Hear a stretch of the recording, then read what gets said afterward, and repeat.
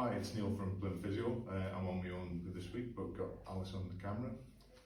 This time we're going to talk about the shoulder. So, spoke previously about the hip.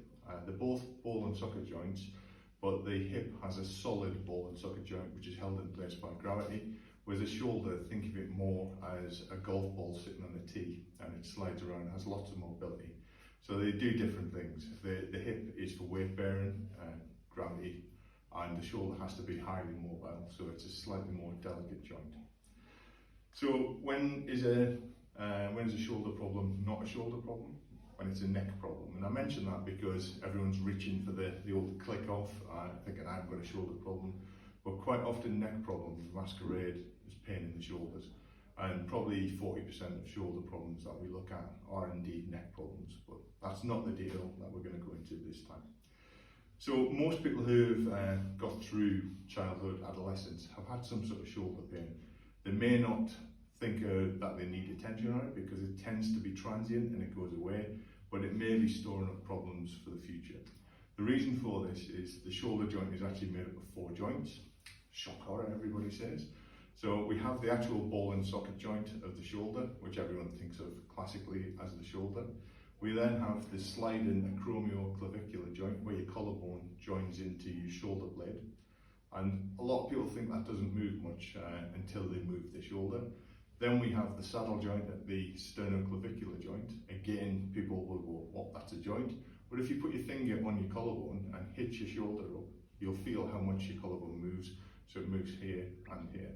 And then finally, we have the scapulothoracic joint where the shoulder blade just lies on the rib cage, and people don't think of how much the shoulder moves. I can't talk that way, but if you just watch my shoulder,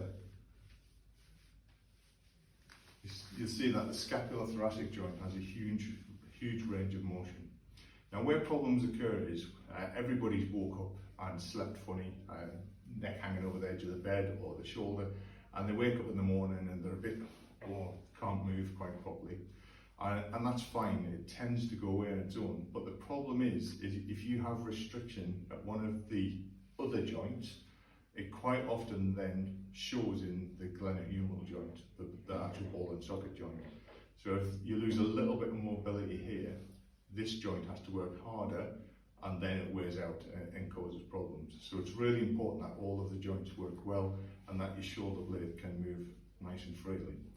One easy thing to detect if you're developing a shoulder problem, most people know if they're putting things away in the cupboard or something and it hurts, but if you can't stand with your hands above your head, touching your biceps effectively, and I have to duck a bit because I'm touching the roof, touching your biceps against your ears comfortably, you have got some restriction in your shoulders.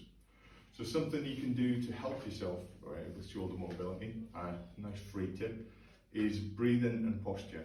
Life tends to put everything in a little box in front of us and we hunch towards it and we lean forward.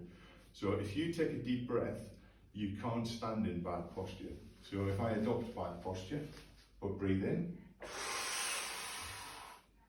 you see that inflating my lungs inflates my posture and puts me into good posture.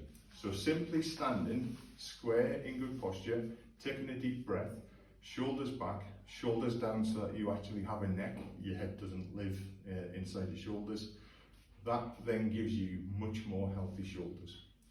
If you do work out that you have got a shoulder problem or a developing problem and you want to come and see us, give us a call or book in on the details that are appearing in front of the camera now.